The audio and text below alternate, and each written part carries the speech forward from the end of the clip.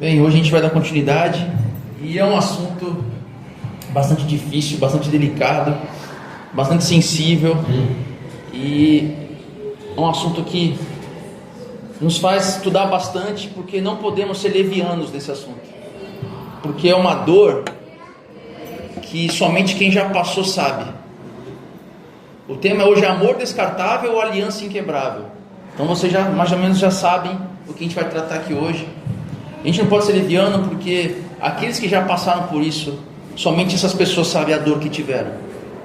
E quando eu falo de ser leviano, porque há uma grande tendência de a gente, aquele que nunca passou por isso, nunca teve um problema assim, você tratar a escritura, tratar o genérico, jogar um princípio genérico para todo mundo e acabou. Você não analisa os casos, você não estuda os casos, você não vê as outras implicações, porque muitas pessoas tratam a Bíblia como um manual. A Bíblia não é um manual. Como eu digo assim, por que ela não é um manual? As pessoas vão até a escritura achando que ela trata de tudo sobre tudo. Não é isso. Existem princípios decorrentes, existem assuntos para os quais nós devemos nos debruçar para qual é o pensamento da escritura, o que o Evangelho trata disso. E é o que vamos falar hoje, é um assunto muito difícil, muito complexo, que é o divórcio. Somente quem sofreu sabe a dor que é. E a gente tem irmãos que passaram por isso, tanto na igreja quanto fora dela, nossa família, amigos, conhecidos. A gente sabe como a cultura trata disso. Então vamos abordar esses temas difíceis, que muitas das vezes são negligenciados. Ou ela tende a ser extremamente conservadora, e a gente vai tratar aqui desse assunto. Nossa, esse caso é isso e acabou. E muitas pessoas acabam sofrendo com essas consequências. E por outro lado, o diluir do Evangelho, tratando um tema tão complexo, um tema que a gente vai tratar aqui, começa lá no Gênesis, de forma leviana, diluindo o Evangelho, tratando isso de forma cristã, só que de forma cristã adaptada à cultura. E quando a gente já falou aqui várias vezes, se nós somos iguais à cultura, a gente não salva, não ilumina, a gente é mais do mesmo. Então não façam que ninguém queira vir aqui, queira participar, queira entender do Evangelho. Então é um tema sensível e urgente do tempo, que é o divórcio e a santidade. Eu vou contar uma história aqui que pode ser fictícia, mas ela é retrato dessa situação. Então é uma história fictícia de um casal, casado há muito tempo. Ele procura o pastor, a liderança da igreja, para conversar a respeito. E aí é o casal que procura esse aconselhamento e o líder fala assim, por que você está procurando, o aconselhamento? Qual que é o motivo? E esse casal procura esse líder e ele fala o seguinte, olha, não estamos mais felizes. E esse estado de não felicidade não é porque havia adultério, não é porque havia abuso, violência, mas porque não sentiam-se mais nada um pelo outro. Então a frase final desse marido para essa liderança foi a seguinte, a gente tentou, mas hoje em dia ninguém precisa ficar preso em algo que não funciona. Nós não temos mais que ficar juntos porque não estava dando certo, não funciona, não deu certo. E essa frase resume muito bem o que nós vivemos na cultura. Nós vemos aqui essa era do descarte, descartamos coisas, passamos a descartar pessoas, e descartar pessoas que são tão próximas que as alianças já não têm mais sentido. Mas segura aí, que a gente vai avançar nesse assunto. Não é tão simples assim. Então, para a gente ter uma ideia que existe uma exaustão emocional muito grande e que banalizamos, como a gente falou aqui de vários outros assuntos que foram banalizados pela cultura, uma das banalizações é o casamento. E eu vou citar aqui, eu gosto de citar coisas que são pesquisas. Então tem um site, um aplicativo focado em encontros, chamado Glidden. Ele fez uma pesquisa recente e descobriu que o Brasil é o país mais infiel da América Latina. O dado mais assustador é que 8 em cada 10 brasileiros admitem já ter traído. E que 70% dos entrevistados acreditam que é possível amar o parceiro e ao mesmo tempo ser infiel a ele. Olha só o ponto que nós chegamos. Por que chegamos nesse ponto? A cultura ela redefiniu o amor. A gente já falou isso aqui, que a cultura ela tem uma vontade. A cultura não é isenta, ela quer nos discipular, assim como nós fazemos aqui na igreja. A cultura quer discipularmos. Então, esse discipulado da cultura redefine vários conceitos e um deles redefine o que é o amor. Então o amor, a gente já vê isso normalmente na cultura, o amor deixa de ser um compromisso de aliança e passa a ser um mero sentimento passageiro de gratificação pessoal. A gente vai explorar isso. Então a gratificação pessoal associada a uma era da exaustão emocional faz com que o amor fique muito pesado. O amor torna-se pesado demais. As pessoas estão exaustas emocionalmente. Então confundimos o amor, que é a aliança, para um sentimento passageiro. E aí o Timothy Keller fala o seguinte: não é assim. O verdadeiro amor fala o seguinte: eu estarei lá, não importa o que aconteça. Parece bonito, a gente parece aqui, a gente vai aprofundar isso aqui. A gente não pode ser singelo nesse assunto tão complexo. Então nisso, Jesus ele é incrível, porque ele é Deus, ele sabe a história. Então o Sermão do Monte retrata todos os assuntos mais complexos da vida humana. E aqui ele fala da mesma coisa. Ele não fala que o nosso casamento é um mero contrato, e sim uma aliança divina e sagrada, que está lá em Mateus 5, 31, 32. Mateus 5, 31, 32, para quem quiser abrir. Mas senão eu posso falar aqui também com vocês. Menino, tudo parado assim, ó. Então eu vou ler, né? Então, foi dito também: aquele que se divorciar da sua mulher deverá dar-lhe uma certidão de divórcio. No entanto, eu digo que todo aquele que se divorciar da sua mulher, exceto por imoralidade sexual, faz que ela se torne adúltera, e quem se casar com a divorciada comete adultério.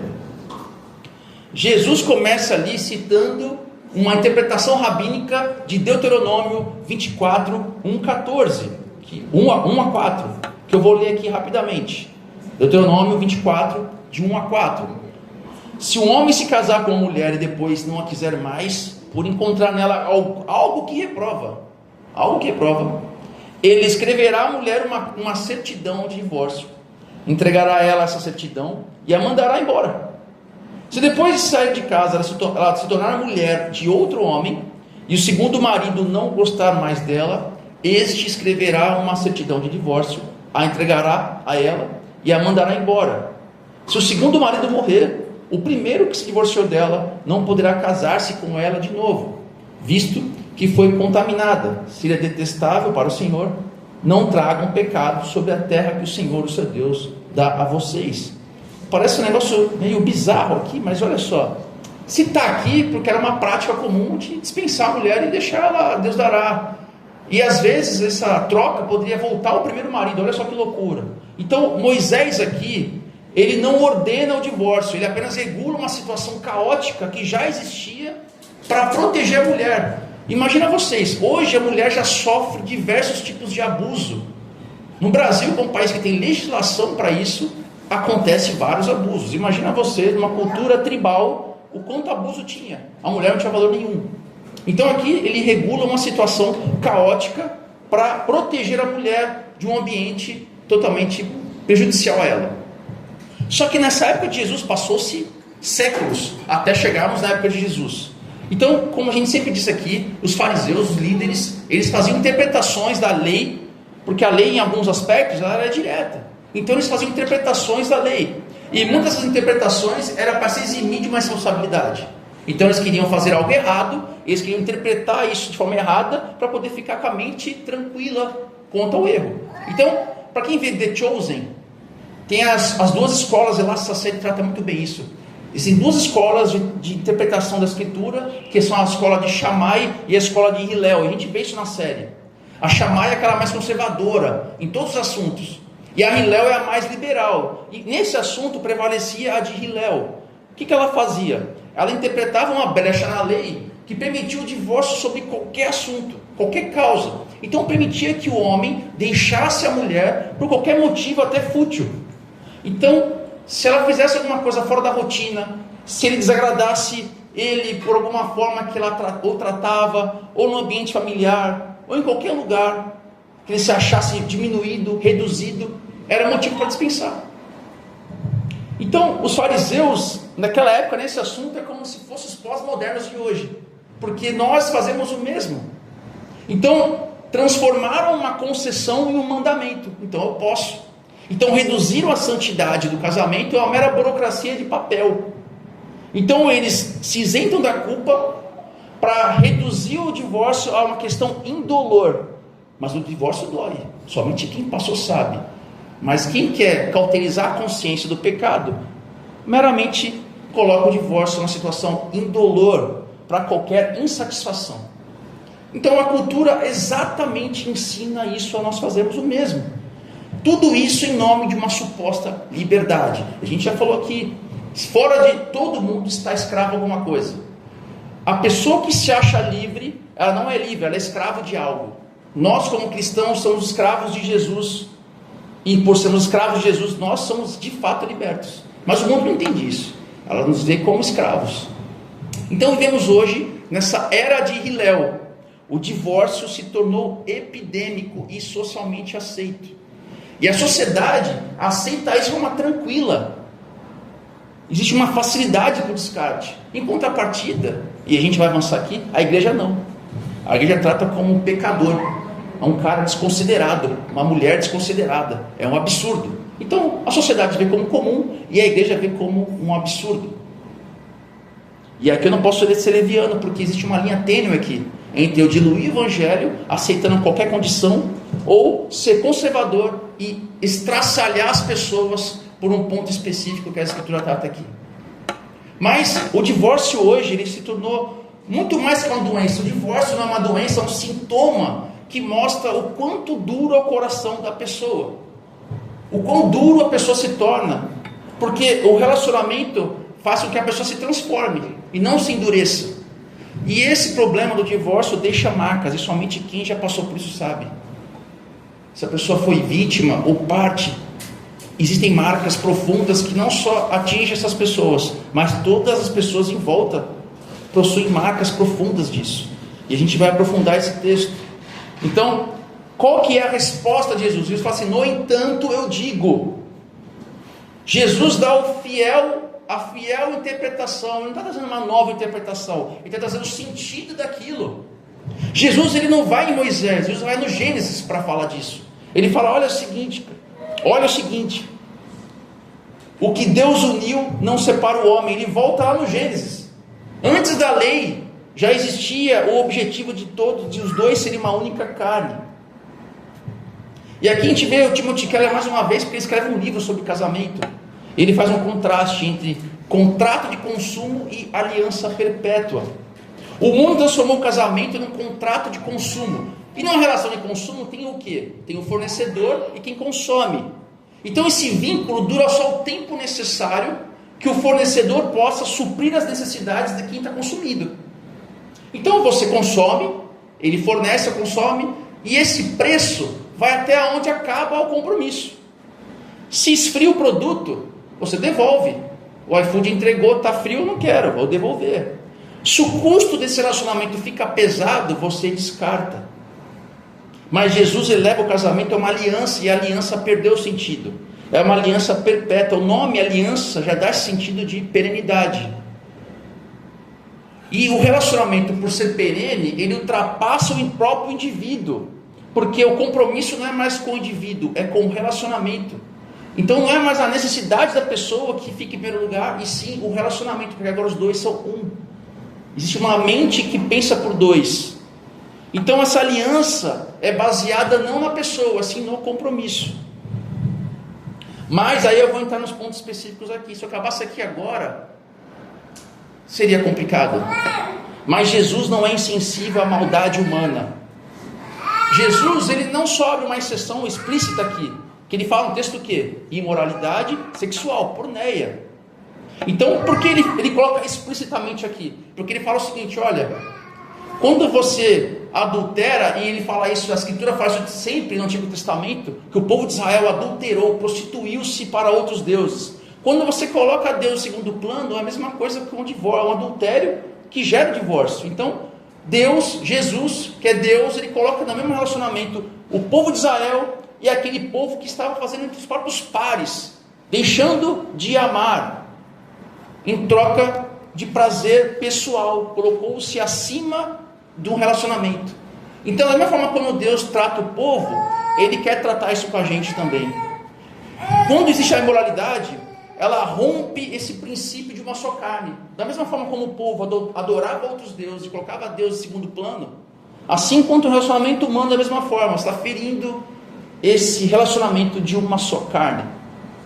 Mas eu quero ir além aqui, porque muitos da teologia reservam o entendimento do divórcio apenas para imoralidade sexual.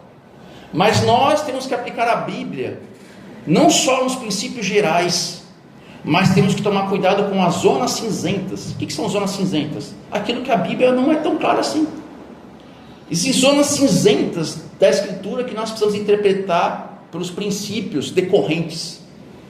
E eu pergunto para vocês aqui, e os casos de abuso emocional, como fica? E o abuso físico, como fica? E o abandono financeiro, como é que fica? Permanece casado? É essa a recomendação? Fica casado? Não, você tem que ficar casado. Jesus é claro aqui. Não é verdade? O texto não fala imoralidade sexual. Segura a onda. Casou, se vira. É pecado. Mas o abuso emocional, o abuso físico, abandono, como é que fica? Como é que são esses casos?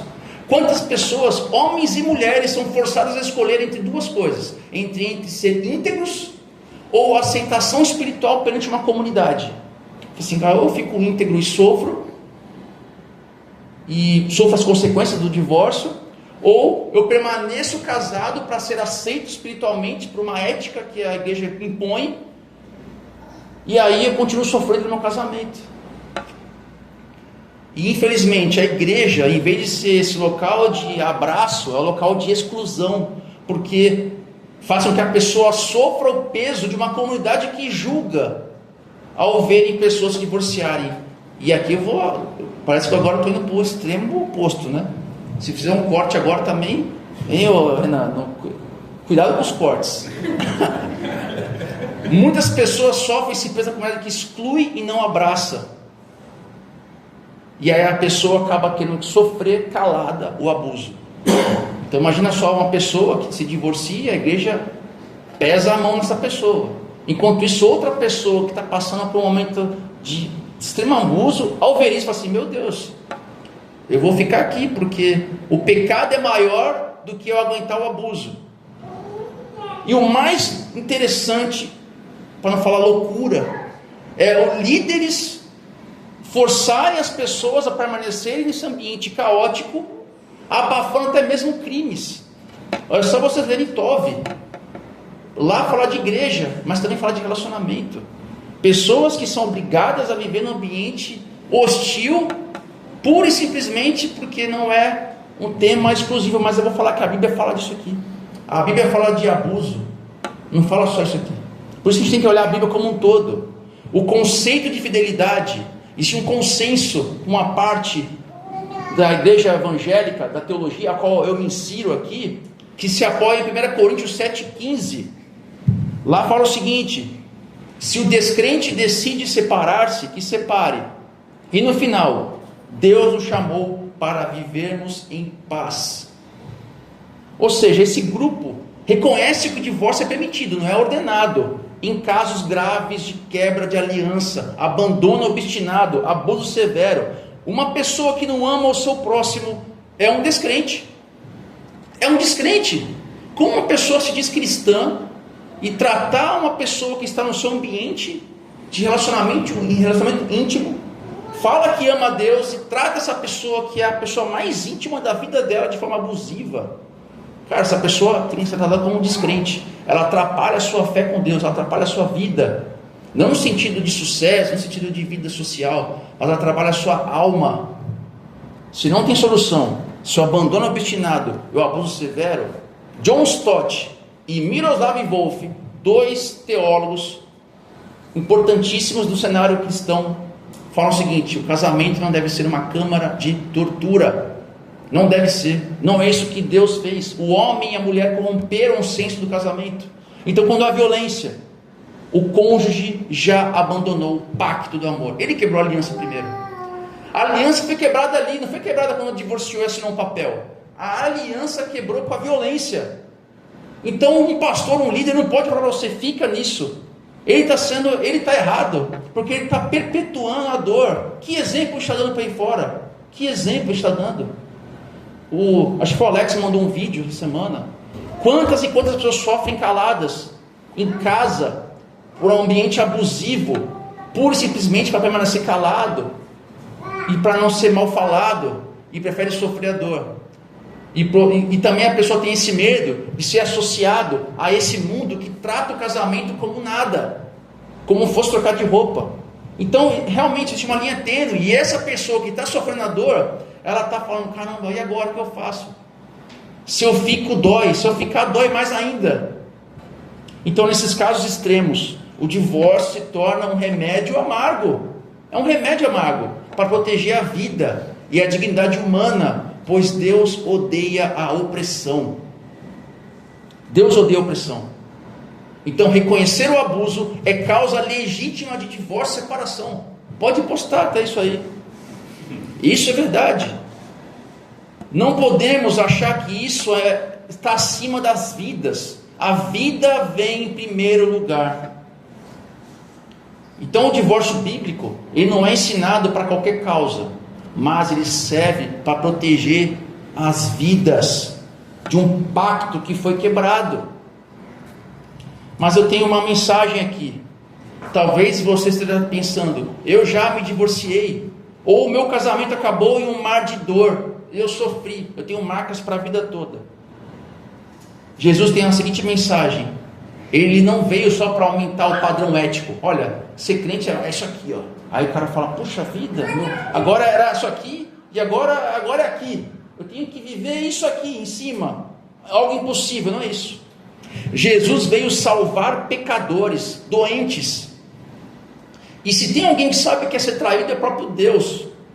No Antigo Testamento, Jeremias 3,8, Deus usa a linguagem humana e diz que deu carta de divórcio à nação de Israel. De tanto que o povo fazia, se afastava de Deus. Jeremias, coitado. Lê Jeremias para você ver como é que esse profeta sofreu. A gente fala que o profeta hoje é só mensagem boa.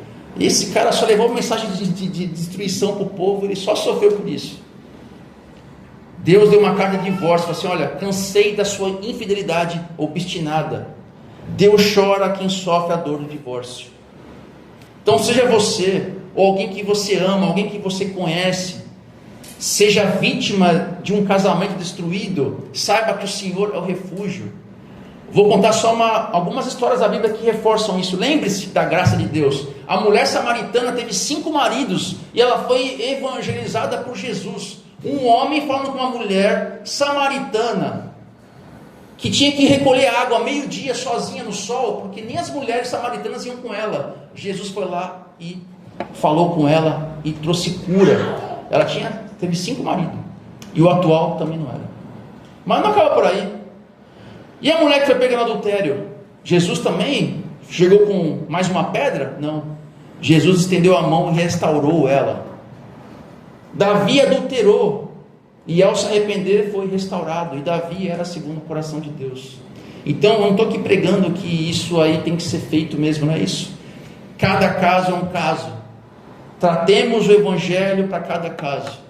E a igreja não pode ser um tribunal para julgar quem fracassou, mas é um hospital para curar quem foi quebrado, porque a dor do outro pode ser a minha dor amanhã, e quem sabe essa dor desse irmão, dessa irmã, me ajude a não passar pelo mesmo caminho de dor.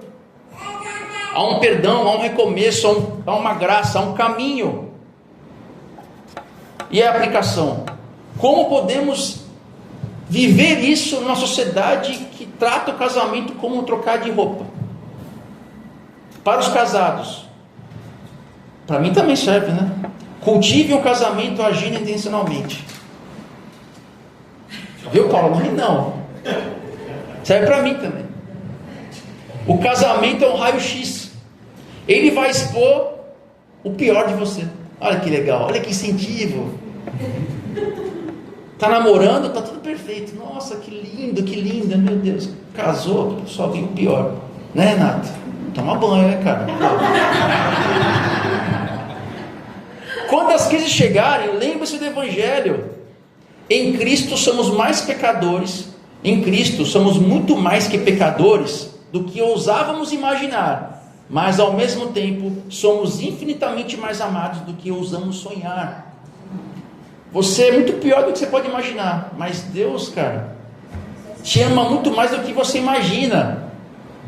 Outra dica para os casados: busquem ajuda, não tomem decisões isoladamente. Isso é comum nos casados. Tá com problema, tenta resolver em casa, porque tem medo de conversar, tem medo de se abrir, e isso virar uma bola de neve, né? Uma igreja, vira uma bola de neve, e acaba tendo medo de ser exposto, tem medo de ser julgado. Não tome decisões isoladamente, não tome decisões em ira, porque na ira expõe o nosso pior ao quadrado, né? Não é verdade isso? Procurem aconselhamento bíblico saudável de pessoas que vocês sabem que são líderes saudáveis. Não procurem os caras aí, algumas pessoas aí, que você sabe que você vai tomar uma paulada, porque ele vai cuspir santidade em você. Tome cuidado com quem você procura ajuda, porque depende de quando você vai pedir ajuda, você vai sair pior do que você entrou, porque ele vai só cuspir santidade em cima de você. Ele não vai ver o quanto você é frágil, porque ele também é frágil. Ele vai se sentir poderoso e vai te humilhar, vai ser até pior. Então cuidado com líderes que se autoproclamam perfeitos. Outra dica importante é: unam amor e verdade. Por quê? São dois pilares importantes. O amor sem verdade é o quê? Mero sentimentalismo. É o cara que passa pano. Ele não quer problema, então ele só passa pano. Não, você está certo, não, só confirma. Não, nós homens aprendemos isso cedo, né? Só aceita. Não, está certo, está certo. Eu não faço isso, Paula. Eu estou só falando o que eu constatei, tá? Passa pano e a pessoa não cresce. Então é um amor sem verdade. É mero sentimentalismo. Só que a verdade sem amor é o quê? Crueldade. É o cara que não toma banho, né, seu porco? Isso destrói, ó. Viu como ele está chateado, ó? Destrói o cara. Usem a graça de Deus para perdoar e confrontar com amor. Não é fácil, porque o orgulho nos fala. A gente já falou isso aqui em perdão. O Felipe falou muito bem aqui.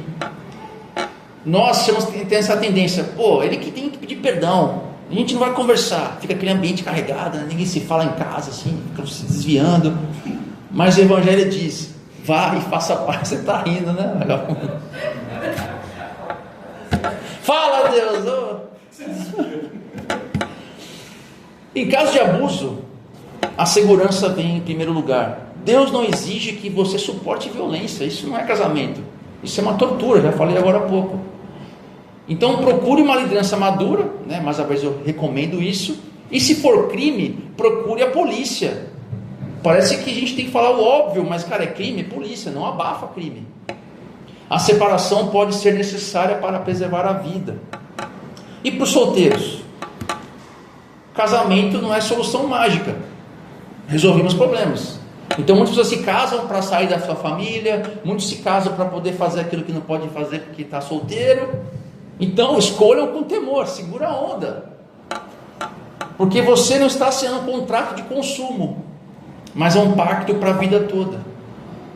Outra dica importante para os solteiros: não permitam que líderes editem com quem você deve ou não se casar. Parece óbvio aqui, mas tem gente que precisa ouvir.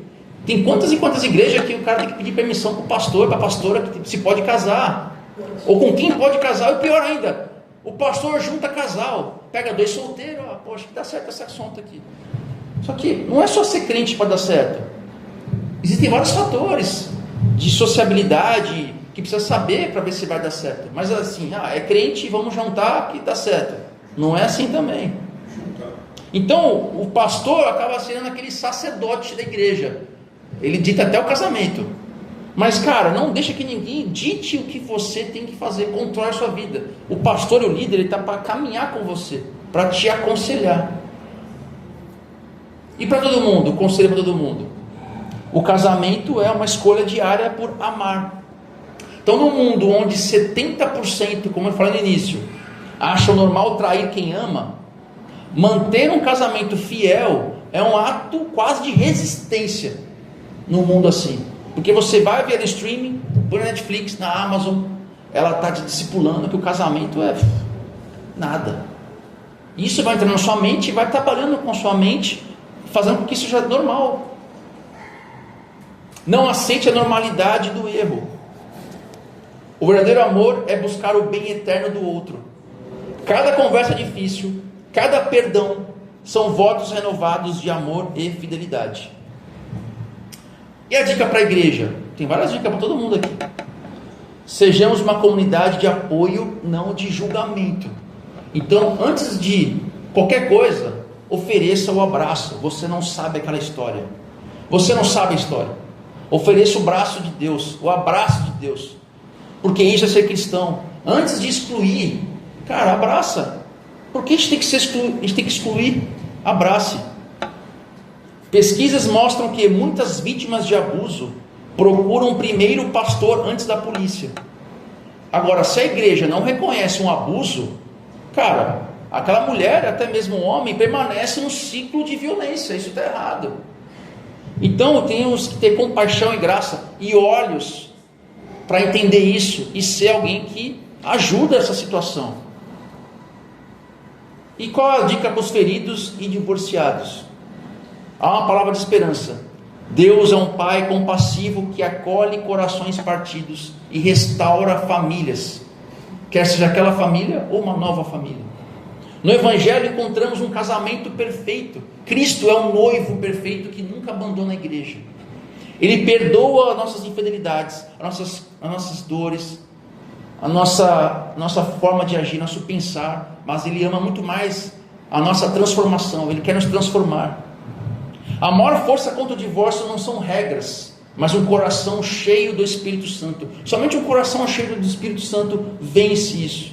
A graça de Deus opera a reconciliação onde há arrependimento e cura para onde há dor. A cultura ensina amor é sentimento, relacionamento é consumo, casamento é revogável, mas o Evangelho ensina amor é decisão de sacrifício, é fidelidade, é fruto do Espírito. Isso glorifica a Deus. Então, nós como igreja aqui, já estou me antecipando, falando o nome da igreja, não defendemos o casamento a qualquer custo, mas não normalizamos o abuso. Um ambiente de abuso não deve permanecer o casamento, e a Bíblia dá suporte para isso. Mas a gente defende uma aliança segundo o Evangelho de Cristo. Não banalizamos o divórcio, mas não idolatramos o casamento. Cristo permaneceu na cruz, Ele não desistiu, foi até o fim, Ele não quis desistir, porque Ele estava olhando para a gente, porque Ele é um noivo perfeito, Ele suportou a dor para esse casamento perfeito. Então que nós possamos aprender, para que possamos transformar os nossos lares nesse ambiente, para que outros casamentos aí fora vejam o nosso casamento e queiram também usufruir de um casamento no Senhor, porque não é um casamento perfeito, não tem casamento perfeito. Tem casamento onde Deus trabalha na vida de ambos e assim vivem o Evangelho, mesmo com dor e sofrimento. Amém? Amém.